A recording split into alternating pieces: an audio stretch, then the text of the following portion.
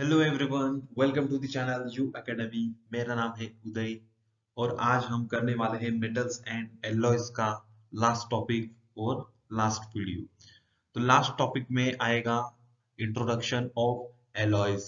तो एलॉयज का मतलब क्या होता है, purpose of making alloy, application of alloy, classification of alloy, ये सब हम पढ़ने वाले हैं।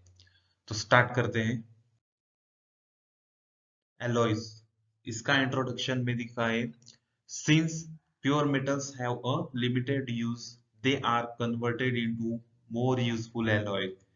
In alloys, the chemical properties of constituent elements are retained while physical properties are improved. तो देखो, जो प्योर मेटल होते हैं ना, प्योर मेटल तो उनका लिमिटेड यूज होता है, ठीक है।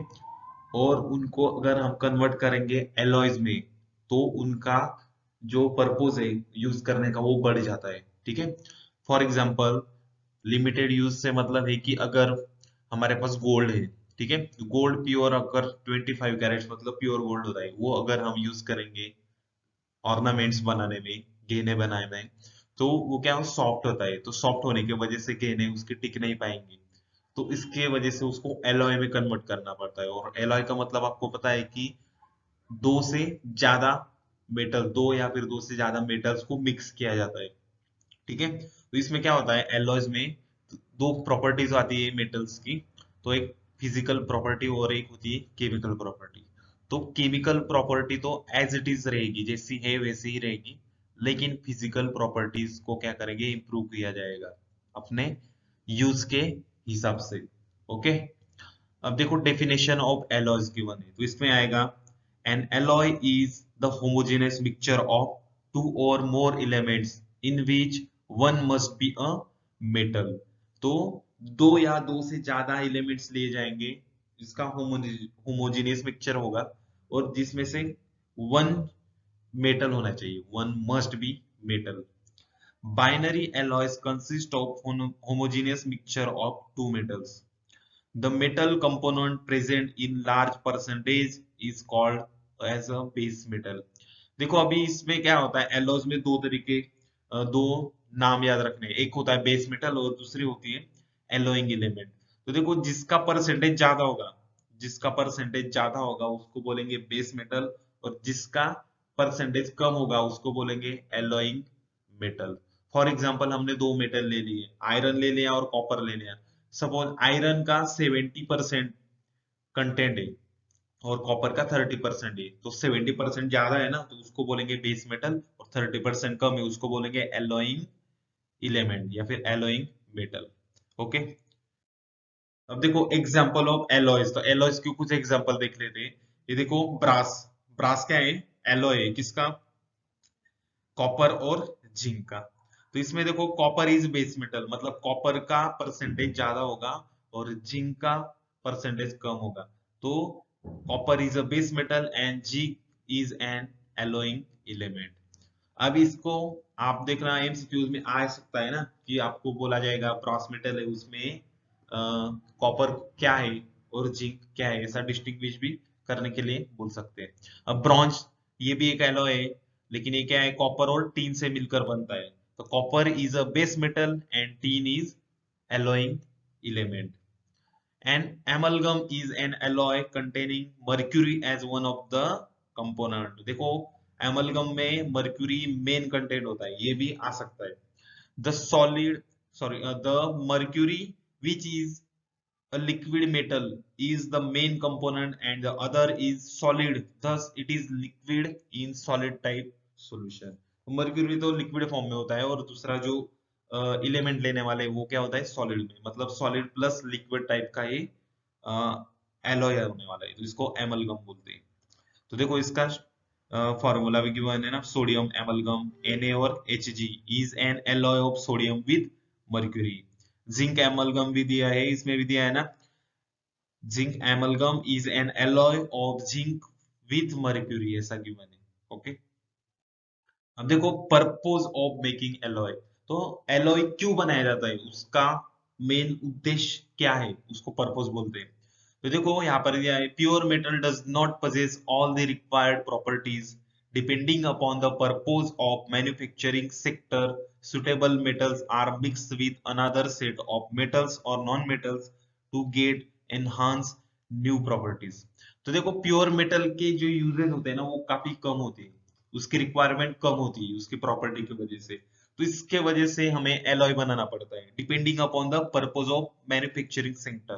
तो मैन्युफैक्चरिंग सेक्टर के हिसाब से एलॉय क्रिएट करना पड़ता है जिसके लिए सुटेबल मेटल दूसरे सुटेबल मेटल या फिर नॉन मेटल के साथ रिएक्ट करके उसका एलॉय बनाया जाता है और जो प्रॉपर्टीज है उनको इंक्रीज किया जाता है, एनहांस मतलब बढ़ाना, इंक्रीज करना। देखो following are the purposes of making alloys that improve the property of metals. अभी ये जो रेड में लिखा है ये सब वो पर्पस है जिसके वजह से एलॉय को क्रिएट किया जाता है। तो स्टार्टिंग में दिया है देखो one, two increase corrosion resistance. तो कोरोजन का मतलब बोलते हैं ना कि मेटल्स को जंग लग जाता है, तो उससे बचाने के लिए कोरोजन रेजिस्टेंस बोलते हैं उसको। If a metal is alloyed with suitable metal or non-metal, then its corrosion resistance increases। मतलब वो corrosion से बचाया जाता है। इसके एग्जांपल है stainless steel, Monel metal, bronze etcetera. तो ये तीनों क्या है, एलॉय है। तो आपने कभी स्टील को देखा है उसको जंग लग गया है ना, प्योर अगर आयरन लेंगे मेटल तो उसको जंग लग जाएगा, लेकिन उसको एलॉइंग करेंगे तो वो जंग नहीं लगेगा। ठीक है, इसके वजह से स्टार्टिंग का पर्पज है करोजन रेजिस्टेंट प्रॉपर्टी। सेकेंड ये है टू इंक्रीज हार्डनेस। जो प्योर मेटल सॉफ्ट होते हैं एलॉय करने के बाद वो हार्ड हो जाते हैं, तो हार्ड मेटल हमें ज्यादा यूज में होते हैं। देखो क्या, on alloying hardness of metal increases. Example soft lead becomes quite hard on alloying with as दिया है। ठीक है, इसको मैंने कैपिटल लिखना चाहिए था। Hardness of high speed steel is too high compare to parent metal iron. तो जो ओरिजिनल मतलब प्योर मेटल होते हैं वो सॉफ्ट होते हैं, और उनके अगर दूसरे मेटल के साथ किसी परफेक्ट प्रोपोर्शन के साथ हम मिक्स करेंगे तो वो क्या हो जाता है, एलॉय हो जाता है हार्ड। और यहाँ पर लिखा है ना कि steel is too high compare to parent metal iron, उससे स्टील बनाया जाता है और स्टील आयरन के मुकाबले काफी हार्ड होता है। अब देखो थर्ड नंबर गिवन है to lower melting point. Melting point of alloy is always lower than their components. Lower melting point is required for is in casting, soldering etcetera. तो जो मेटल्स होते हैं उनके मेल्टिंग पॉइंट हाई होते हैं, तो अगर एलॉइंग करेंगे तो उसका मेल्टिंग पॉइंट कम हो जाता है, और कम होने की वजह से हम उसको इजीली यूज कर सकते हैं ना, तो उसके साथ हम कास्टिंग, सोल्डरिंग ये सब इफेक्ट उसके ऊपर कर सकते हैं। फॉर एग्जाम्पल दिया है देखो वुड्स मेटल, नाम है इसका वुड्स मेटल। तो इसके अंदर फॉर्मूला भी गिवन है ना, बिस्मथ है, लीड है, कैडमियम है, टीन है। Wood's metal has 71 degree Celsius melting point while that of bismuth is 271 degree Celsius. तो देखो इसमें बिस्मथ गिवन है ना स्टार्टिंग में, तो बिस्मथ अकेले का अगर मेल्टिंग पॉइंट देखेंगे तो 271 डिग्री सेल्सियस है, लेकिन उसको अगर एलॉय में बनाया तो वो सिर्फ 71 डिग्री सेल्सियस है। तो ये था लोअरिंग द मेल्टिंग पॉइंट का एग्जांपल। अब देखो to increase tensile strength, alloy making increase the tensile strength of parent metal. तो टेंसाइल स्ट्रेंथ का मतलब क्या होता है कि उसको निचोड़ सकते हैं ना हम। सपोज कि अगर रबर है हमारे पास, स्पंज है, तो उसको हम खींच सकते हैं, उसको मोड़ सकते हैं, मरोड़ सकते हैं, तो उसके ऊपर कुछ भी फर्क पड़ता है क्या, नहीं। तो टेंसाइल स्ट्रेंथ उसको ही बोलते हैं। तो एग्जांपल दिया है 0.8% steel has tensile strength many times greater than pure metal. तो प्योर मेटल में क्या होता है कि उसको अगर हम मोड़ेंगे तो वो खराब हो जाएगा, वैसा का वैसा रहेगा, लेकिन उसको अगर हम एलॉइंग करेंगे तो उसकी स्ट्रेंथ बढ़ जाएगी टेंसिल होने की। फिफ्थ है to improve castability। For good casting, it is necessary that melt of the material expands during solidification. Alloying improves castability। castability का मतलब क्या होता है, मैंने इसके पहले वीडियो में भी बताया था कि जो ढांचा होता है ना, जैसे कि मूर्ति बनाते हैं उसके अंदर कुछ मटेरियल डाल देते हैं ना, मिट्टी, गीली मिट्टी उसको सूख जाती है, तो वो ढांचा जिस आकार का होता है उस आकार में वो ढल जाता है, तो उसको बोलते हैं कास्टेबिलिटी। अब यहाँ पे दिया देखो bronze and duralumin possesses good casting properties. तो ब्रॉन्ज से क्या होता है, बहुत सारी चीजें बनाई जाती है ना, स्टैचू बनाया जाता है, उसके बाद वो मेडल्स बनाए जाते हैं। और दूसरा होता है ड्यूरालुमीन, उनके अंदर गुड कास्टिंग प्रॉपर्टी होती है। अब देखो 6 नंबर है, to modify colour. Attractive colored alloys are formed on alloying certain metals in suitable proportion to other metals। अब मॉडिफाइड कलर बनाने के लिए अब देखो एग्जांपल दिया है, ब्रास, कॉपर और जिंक होते हैं उसमें। Brass has got golden yellow colour, bronze has a beautiful golden colour. तो मतलब दो मेटल्स को मिक्स करने के बाद कुछ कलर क्रिएट होता है, तो वो कलर के लिए हम मेकिंग एलॉय करते हैं। अब 7 दिया है देखो, to change chemical reactivity. Metals possesses different chemical reactivity which can be changed when we alloy them। Example, reactivity of sodium changes on alloying it with mercury। तो देखो इसकी रिएक्टिविटी चेंज करनी है सोडियम की, तो उसको मर्क्यूरी के साथ रिएक्ट करेंगे और एलॉय क्रिएट करेंगे। ठीक है। अब देखो 8th गिवन है, to reduce malleability and ductility. तो मेलिएबिलिटी के बारे में बोला था कि मेटल से शीट बनाया जाता है, और डक्टिलिटी मतलब मेटल से वायर बनाया जाता है। तो इनको रिड्यूस करना है, कम करना है। Pure metals have pure metals are highly malleable and ductile, so shape of their articles get changed due to small force। Thus, to make them metal tough, it is necessary to reduce malleability and ductility by alloying with other metal। तो pure metal के अंदर क्या होता है, malleability और ductility जो होती है वो हाई होती है। ठीक है, जिसकी वजह से अगर उसके गहने बनाए, ऑर्नामेंट्स बनाए, उसको थोड़ा सा भी अगर फोर्स लग गया तो उसका शेप चेंज हो जाएगा।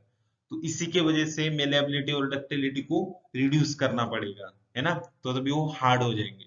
एग्जांपल दिया है, malleability and ductility of gold and silver is lowered by addition of small amount of copper। तो देखो गोल्ड और सिल्वर के ही ज्यादा ऑर्नामेंट या चीजें बनाई जाती है, और वो काफी कॉस्टली भी है। तो वो क्या है, थोड़ी सी फोर्स से अगर बेंड हो जाएगा तो वो खराब हो जाएगा, तो इसकी वजह से उसको हार्ड बनाने के लिए उसमें कॉपर के अमाउंट डाला जाता है। ठीक है, तो ये थे पर्पसेस ऑफ मेकिंग एलॉयज। अब देखो एलॉय प्रिपरेशन मेथड्स। तो एलॉयज कैसे बनाए जाते हैं उसकी कुछ मेथड्स है, जिसमें यहाँ पे नाम लिखे हैं देखो, fusion method, compression method, reduction method और इलेक्ट्रोड पोजीशन मेथड। तो हम स्टार्ट करते हैं फ्यूजन से। देखो फ्यूजन मेथड, तो इसमें लिखा है, this is the common method use for preparing the alloys. तो सबसे कॉमन मेथड है एलॉयज बनाने की। This method is based on the principle of different melting points of metals. तो इसका मेन प्रिंसिपल क्या है कि अलग अलग मेल्टिंग पॉइंट वाले मेटल्स को लिया जाएगा और उनको एलॉय में बनाया जाएगा। In this method two components are taken in proper proportion in granular or powder form in a refractory lined melting pot or crucible। First higher melting point component is melted and then the second component is added। तो इसमें क्या होगा, 2 component दिए जाएंगे और उनका कुछ proportion होगा। उसको पाउडर फॉर्म में या फिर ग्रैनुलर ग्रैनुलर के फॉर्म में लिया जाएगा, और जो मेल्टिंग पॉट होगा या फिर क्रूसिबल होगा उसके अंदर पुट किया जाएगा, और जिसका मेल्टिंग पॉइंट हाई होगा उसको पहले मेल्ट किया जाएगा, उसके बाद जो सेकेंड वाला कंपोनेंट है उसको ऐड किया जाएगा। In manufacturing of alloys, the molten metals are at higher temperature and hence react with atmospheric oxygen to form oxide। ठीक है, तो जो मोल्टन मेटल्स है वो हाई टेम्परेचर के ऊपर ऑक्सीजन के साथ रिएक्ट होंगे और मेटल का ऑक्साइड क्रिएट हो जाएगा, उसको बोलेंगे metal oxide. This oxidation is prevented by covering the molten mass with fine charcoal powder। तो ये सब जो मोल्टन स्टेट वाला है उसको हम ऑक्सीजन से बचाया जाएगा ना, और एटमोस्फेयर से बचाया जाएगा, तो उसके लिए बीच में हम क्या करेंगे, कवर डालेंगे, किसका, चारकोल पाउडर का कवर हम उसके ऊपर डालेंगे, मतलब वो रिएक्शन नहीं होने देगा। ठीक है, उसका स्ट्रक्चर भी होगा आगे, देखो इस तरीके से। फ्यूजन मेथड फॉर एलॉय दिया है, तो ये बर्तन है देखो, तो ये स्टील का है देखो, ऊपर की जो बारीक पट्टी दिख रही है आपको ये मेटल से बनी हुई, कौन सा, स्टील, मतलब एलॉय हो। और बीच में जो दिख रहा है लाइन वाला पोर्शन, ये क्या है, रिफ्रैक्टरी लाइनिंग। ठीक है, या फिर क्रूसिबल बोलते हैं ना, वो है। और उसके अंदर है पाउडर फॉर्म में, ग्रेनुलर नहीं तो पाउडर फॉर्म वाला मेटल होगा। और ये देखो ऊपर से ये जो ढका हुआ है ना, ये क्या है, चारकोल पाउडर है। मतलब यहाँ पे जो एटमॉस्फेयर में ऑक्सीजन होगा और ये अंदर जो मेटल होगा, इन दोनों का रिएक्शन नहीं होना चाहिए। अब इसको क्या करेंगे, फ्यूज करेंगे, तो फ्यूजन में क्या हो जाएगा, लिक्विड फॉर्म में चला जाएगा। ठीक है, तो यहाँ पे लिखा है ना मोल्टन कंपोनेंट, मतलब ये क्या है, लिक्विड फॉर्म में आ गया। और ये देखो ये चारकोल का कुछ फर्क नहीं पड़ा, क्योंकि ये ऊपर का ऑक्सीजन और ये जो मेल्टन या फिर मोल्टन कंपाउंड है, उसका रिएक्शन नहीं होना चाहिए। ये था fusion method for alloy. To get a uniform alloy, the molten mixture is stirred with graphite rod. Then the mixture is allowed to cool slowly. तो अगर हमें यूनिफॉर्म मेटल चाहिए, एलॉय चाहिए, ठीक है ना, एक जैसा दिखने वाला, तो हम उसके जो मोल्टन फॉर्म है उसको स्टर करेंगे ग्रेफाइट रॉड से और उसको धीरे धीरे कूल होने देंगे। तो इसका एग्जांपल है, देखो, an alloy of copper and zinc is called brass. ठीक है, it is prepared by melting copper first, then required quantity of zinc added to this molten copper followed by stirring with graphite rod। ये था उसका example. तो ये जो brass बनाया जाता है कॉपर और जिंक से, और कॉपर का मेल्टिंग पॉइंट देखो 1089 डिग्री सेल्सियस है, उसको पहले बोल्ट किया जाएगा। उसके बाद जिंक है, उसका मेल्टिंग पॉइंट कम है ना, कितना है, 419 डिग्री सेल्सियस है, उसको ऐड किया जाएगा और ग्रेफाइट रॉड से उसको स्टर करना है। ओके, सेकंड है कंप्रेशन मेथड। तो इसको पाउडर मेटलर्जी भी बोला जाएगा। अब पाउडर मेटलर्जी क्यों बोलते हैं उसके बारे में पढ़ते हैं। देखो, by this method useful alloys are manufactured by compacting the mixture of metal powders in a die with heating just below their melting points।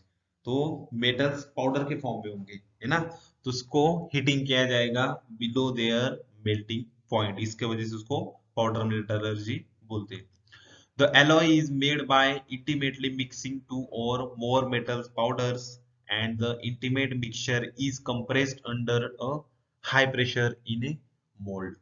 तो उसको क्या किया जाएगा, जो पाउडर फॉर्म में होगा उसको हीट तो करेंगे ही, लेकिन उसको कंप्रेस भी किया जाएगा हाई प्रेशर के ऊपर। ठीक है, उसको कंप्रेशन मेथड बोलते हैं ना, कंप्रेस किया जाएगा उसको, इसके वजह से कंप्रेशन मेथड बोलते हैं। और दूसरा पाउडर मेटलर्जी क्यों बोलते हैं, क्योंकि वो यूज करते हैं मेटल का पाउडर, इसके वजह से। Got it. The molded article is then heated to temperature just below the melting point of an alloy. Due to this, the tiny particles of metals are firmly welded to one another। तो देखो, जो fine particles of metal होंगे वो एक दूसरे से क्या होंगे, वेल्ड होंगे, मतलब चिपक जाएंगे। अब इसका एग्जांपल गिवन है, would metal is obtained by intimate mixing of required quantity of bismuth, lead, tin and cadmium powders। This mixture is compressed under a high pressure in a mold। Solder alloy is an alloy of lead and tin also obtained by this method। तो simple है कि powder of metals लिए जाएंगे और उसको high pressure के ऊपर compress किया जाएगा। तो इसी तरीके से हम इस एलॉय को बना सकते हैं। अब देखो रिडक्शन गिवन है। In this method, the oxide of one component metal is reduced to the metal in the presence of other component। ठीक है, तो रिडक्शन मेथड ही यहाँ पर आई है। तो दो मेटल होंगे, एक का ऑक्साइड फॉर्म होगा और दूसरा उसको रिड्यूस करेगा।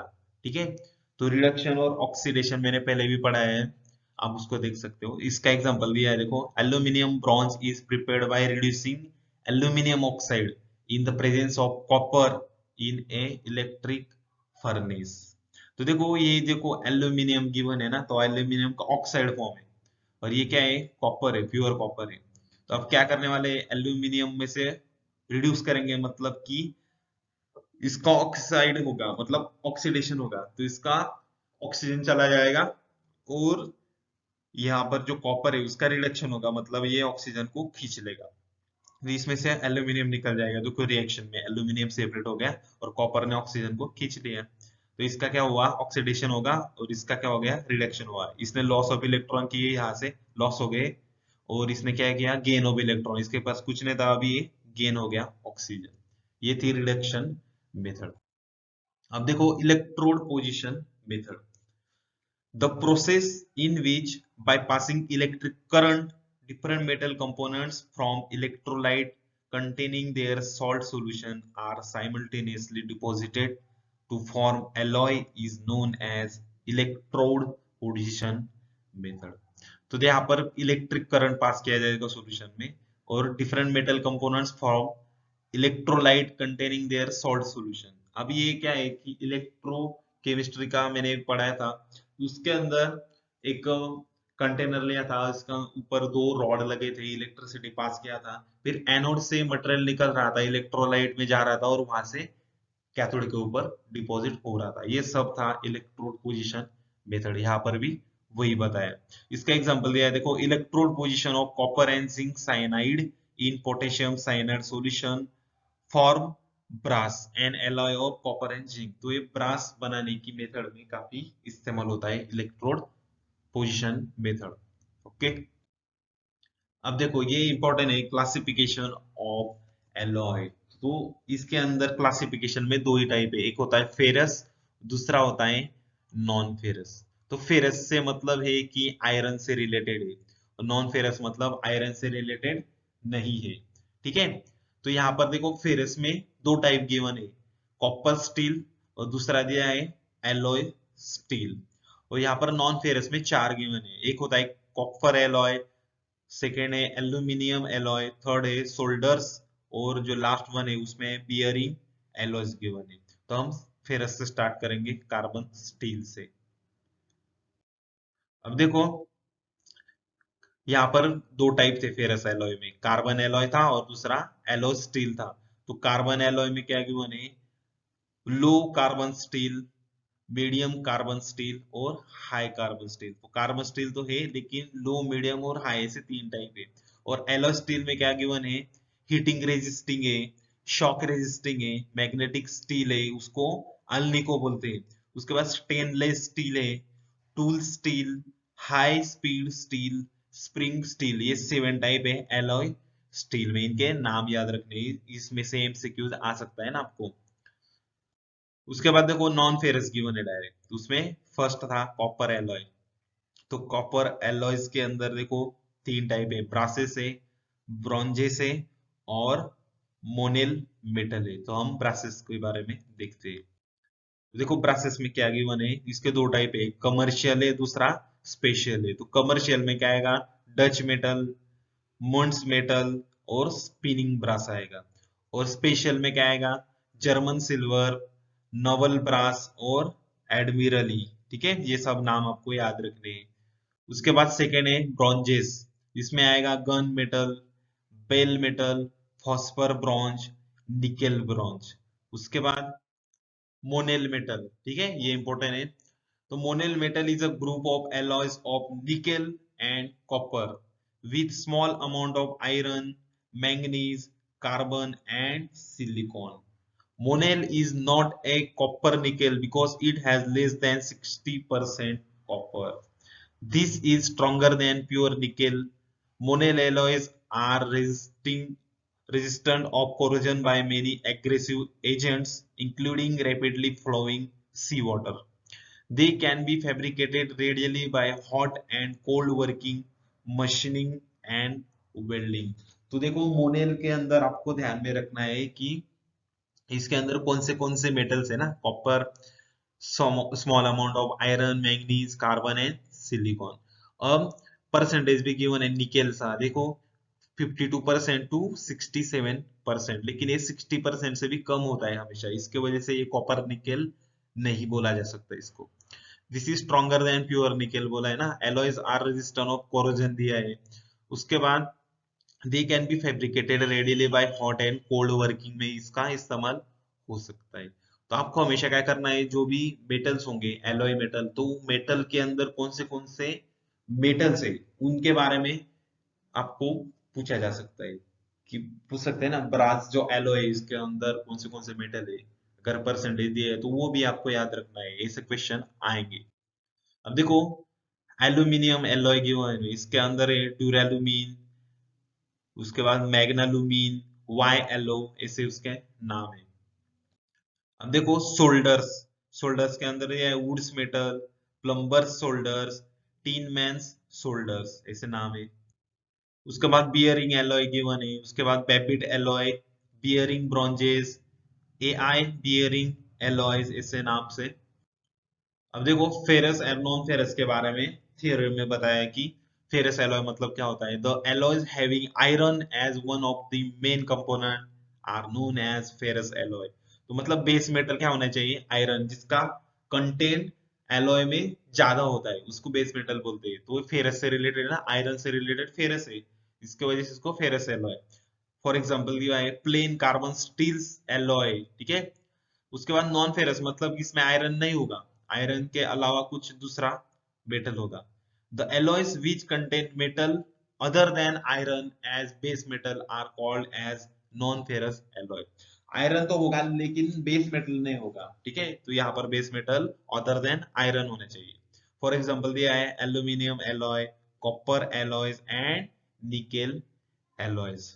अब इसके बाद difference between ferrous and non ferrous alloy, इसके बारे में डिफरेंस गिवन है ना, फेरस और नॉन फेरस में क्या डिफरेंस है। तो फेरस में दिया है the alloy in which one of the main component of alloy is iron is known as ferrous alloy. तो यहाँ पर क्या होगा, अदर देन आयरन होगा तो उसको नॉन फेरस बोलते हैं। यहाँ पर दिया है they have high melting point and high density than non ferrous alloy. इसमें दिया है they have low melting point and low density than ferrous alloy. अब देखो थर्ड में दिया है they have less electrical and magnetic properties as compare to non ferrous alloy. तो non में दिया है they possess special electrical and magnetic properties. उसके बाद फोर्थ में दिया है फेरस में steel and alloy, steel are examples of ferrous alloy. उसके बाद नॉन फेरस में दिया है brass, bronze, duralumin etcetera are best example of non ferrous alloy. तो ये लास्ट वाले जो है एमसीक्यूज में डाल सकते हैं ना, स्टील एंड एलॉयज किसके एग्जांपल है, फेरस के या नॉन फेरस के, उसमें से आपको देखना है, ठीक है। अब देखो एग्जांपल ऑफ एलॉय गिवन है, here we will discuss composition properties and application of the following alloys. तो इसके अंदर हमें कंपोजिशन प्रॉपर्टीज और एप्लीकेशन देखने हैं, किसके, ये तीन के, डुरेलुमिन है, दूसरा वुड्स मेटल है और तीसरा बेबिट मेटल है। इन तीनों का हम कंपोजिशन प्रॉपर्टी और एप्लीकेशन देखते हैं। तो अब स्टार्ट करते हैं डुरेलुमिन से। Composition properties and applications of duralumin. तो इसका कंपोजिशन है, ये आपको याद ही करना पड़ेगा। देखो इसमें चार मेटल्स है, aluminium, copper, magnesium and manganese. तो इन सब का कंटेंट मिलकर 100% होता है। तो जिसमें एल्यूमिनियम 95%, कॉपर 4%, ये दोनों मिलकर 99% हो गया। अब बचा 1%, उसमें हाफ मैग्नीशियम है और हाफ मैंगनीज है। अब इसकी प्रॉपर्टीज गिवन है, देखो it is a good conductor of heat and electricity. Secondly, light in weight, tough, highly ductile, easily castability, low density, easily machinable, heat treatable. ये इसकी दो प्रॉपर्टी। अब यहाँ पर थर्ड प्रॉपर्टी है, it however possesses a low corrosion resistance. To improve upon the same, the thin film of aluminium is rolled on the duralumin sheets. These sheets are known as alclad sheets. तो देखो third में बोला है कि जो हम डुरेलुमिन बनाते हैं वो क्या होता है, लो कोरोजन रेजिस्टेंट होता है, मतलब कि उसमें कोरोजन हो सकता है। तो इसके वजह से थीन फिल्म ऑफ एल्यूमिनियम उसके ऊपर रोल्ड किया जाता है, डुरेलुमिन के शीट के ऊपर। तो उस एल्यूमिनियम के थीन फिल्म शीट को बोलते हैं अल्क्लैड शीट्स, ठीक है, ये वाला याद रखना।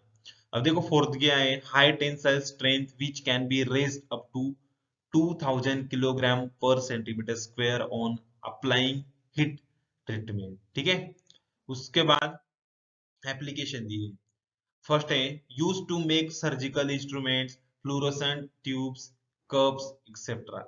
तो ये किसके लिए यूज होता है, सर्जिकल इंस्ट्रूमेंट, जो हॉस्पिटल में तो है ना सर्जन, उनका जो इंस्ट्रूमेंट होता है वो इससे बनाया जाता है। उसके बाद फ्लोरोसेंट ट्यूब्स बोला है, तो ट्यूब्स मतलब चमकने वाली, फ्लोरोसेंट मतलब चमकने वाली ट्यूब। उसके बाद कप्स बनाए जाते हैं। फिर सेकेंड दिया है it is use in making electrical cables, electrical के जो केबल्स होते हैं वो बनाए जाते हैं। उसके बाद थर्ड दिया है Alclad sheets are use in aircraft industry since these are light in weight, tough, highly ductile, easily castable and corrosion resistant. इसके वजह से अल्कलैड शीट्स एयरक्राफ्ट में यूज होते हैं, ये भी हाईली इंपॉर्टेंट है आपके लिए। Fourth दिया है, it is also used to make automobile parts. Fifth दिया है, it is used to make rivets, bars of vehicle, etc. उसके बाद in making underground railways, जो underground railways होते हैं वो बनाने के लिए भी इसका इस्तेमाल होता है।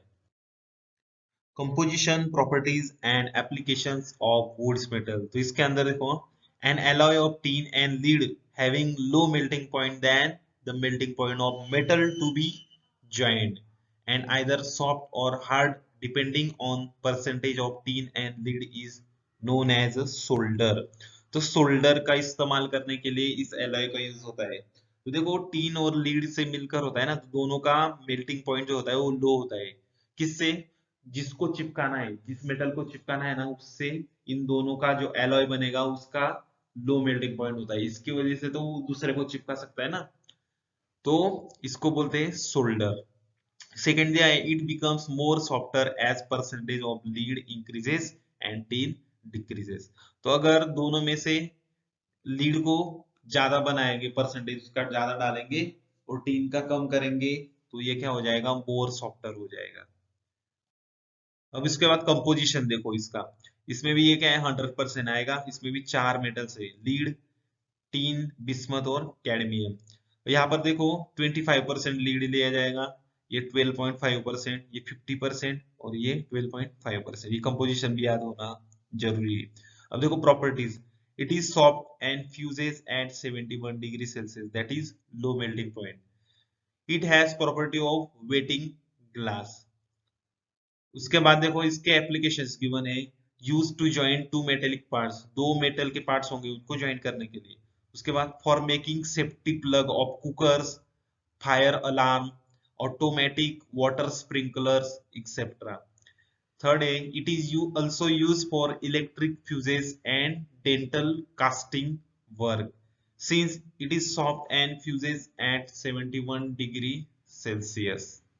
अब देखो इसका इस्तेमाल कहाँ होता है, इलेक्ट्रिक फ्यूजेस में और डेंटल कास्टिंग होती है ना, जैसे कि दांत की क्या बनानी होती है, उसके लिए यूज होता है। उसके बाद it is use for taking impressions of coin and medals, coins और मेडल के ऊपर इंप्रेशंस लिए जाते हैं ना, मूर्ति का या फिर नाम से लिखे जाते हैं, वो इंप्रेशन करने के लिए यूज होता है क्योंकि वो सॉफ्ट बनाया जाता है। It is also employed for making seals and gas tight joints in glass apparatus। ये थे उसके application. Composition properties and applications of Babbitt metal, ये भी इंपॉर्टेंट है। इसका कंपोजिशन देखते हैं, एसएन दिया है 88%, एसपी दिया है 8% और कॉपर दिया है 4%। तो ये कंपोजिशन ज्यादा बड़ा नहीं, ये आपको याद हो जाएगा। अब देखो प्रॉपर्टीज गिवन है, it has low coefficient of friction, friction का कोएफिशिएंट लो होता है। It resist wear and corrosion, corrosion से और वेयर से। वेयर मतलब क्या होता है कि ऐसा अगर हम हाथ के ऊपर नाखून लगाएंगे तो वहां पे कैसा नाखून के निशान हो जाते हैं, वैसे निशान नहीं पड़ते। It does not tarnished easily. उसके बाद फोर्थ दिया है, it can be polished easily, उसको पॉलिश भी कर सकते हैं बैबिट मेटल को। उसके बाद उसके एप्लीकेशन है, Babbitt metal is used as common bearing metal in cast iron boxes, ठीक है। It is used in engine bearing of IC engine because it distributes the load uniformly, ये लोड को एक जैसा पूरे बॉडी के ऊपर यूनिफॉर्मली स्प्रेड करता है इसके वजह से।